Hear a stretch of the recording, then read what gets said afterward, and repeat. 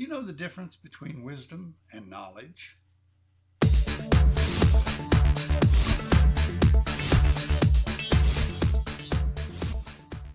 My name is Ray Evans. I'm the author of The Gospel According to God and several other inspired works, including The Endtimes, What You Need to Know Right Now.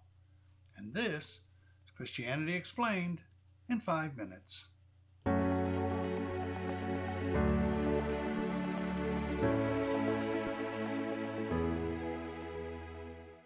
Wisdom comes from knowledge. Knowledge comes from experience.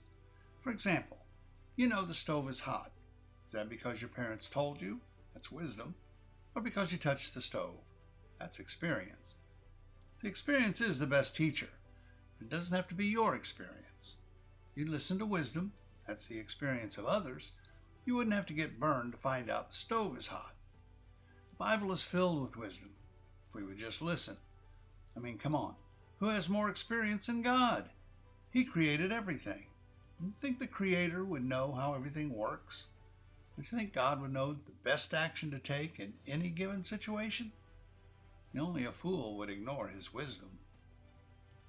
Proverbs 11:1 tells us, "A false balance is abomination to the Lord."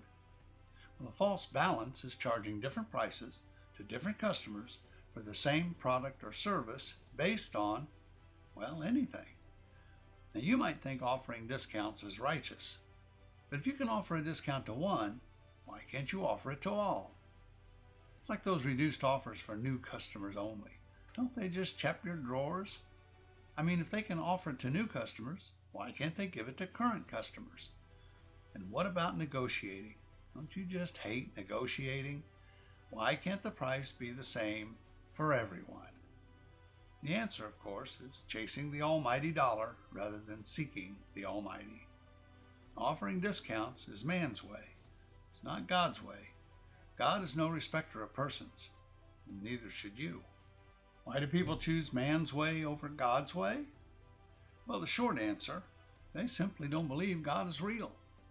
If they did, this world would be a much different, much better place. See, you don't have to be a child of God to take advantage of the wisdom in the Bible. God's principles apply to everyone.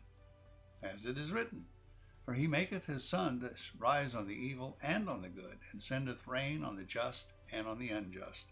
It's Matthew 5, verse 45. Now, you do have to read the Bible, or at least know someone who has read the Bible. You see, a lot of the wisdom in use today comes from Scripture. You may know that Abraham Lincoln said, "A nation divided against itself cannot stand," as he guided the country through the Civil War. But did you know that it came from the Bible? As it is written, "And if a kingdom be divided against itself, that kingdom cannot stand." That's Mark 3, verse 24. See, our original laws and statutes are all biblical based. While God has disappeared from the nightly news, and there are elements of evil who want God to disappear from society totally, God in His wisdom will endure forever. It won't be long before God's wrath is poured out on the earth as He removes the wicked, evil, and unrepentant, just as it was in the days of Noah. Certainly, we've survived bad times in the past. We've lived through 2 world wars and countless other wars. We survived the Great Depression, Civil War, and civil unrest. And while there may be no peaceful resolution, we will survive Antifa and BLM. Or will we? The wars of the past were simply nation rising against nation. These, as Scripture indicates, were the beginning of sorrows. This war is different. It's a spiritual war, a battle between good and evil. This is an all-out war against God. It's going to get worse, a lot worse, before it gets better.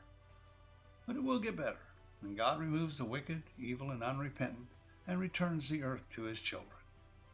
Look, I know it's hard to believe this could ever happen, but that's exactly why it will happen, as it is written. "For when they shall say peace and safety, then sudden destruction cometh upon them as travail upon a woman with child. They shall not escape." That's 1 Thessalonians 5, verse 3. The Bible is full of wisdom, knowledge, and understanding of current and future events, if we would only listen to wisdom. The Bible is clear. In a little while, God's wrath will be poured out on the earth, and only those who take God and His Word seriously and prepare physically and spiritually will remain on earth to rule and reign with Christ in the coming kingdom. Now you can laugh, roll your eyes, and continue living your sinful lifestyles as if nothing is going to happen. Just don't be surprised when you find yourself like those who were scratching and clawing at the door of Noah's Ark. They didn't believe it either.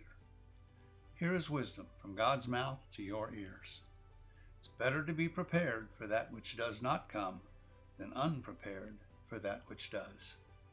Nevertheless, you won't believe it's coming until or unless you're reborn spiritually, till you know without a doubt God is real, His wrath is real, and destruction such as the world has never seen is coming soon. So until then, nothing else matters. On our next broadcast, what is free will? Well, find out tomorrow on Christianity Explained in 5 minutes. Until then, this is Ray Evans. Thank you for listening, and may God richly bless you on your journey through life.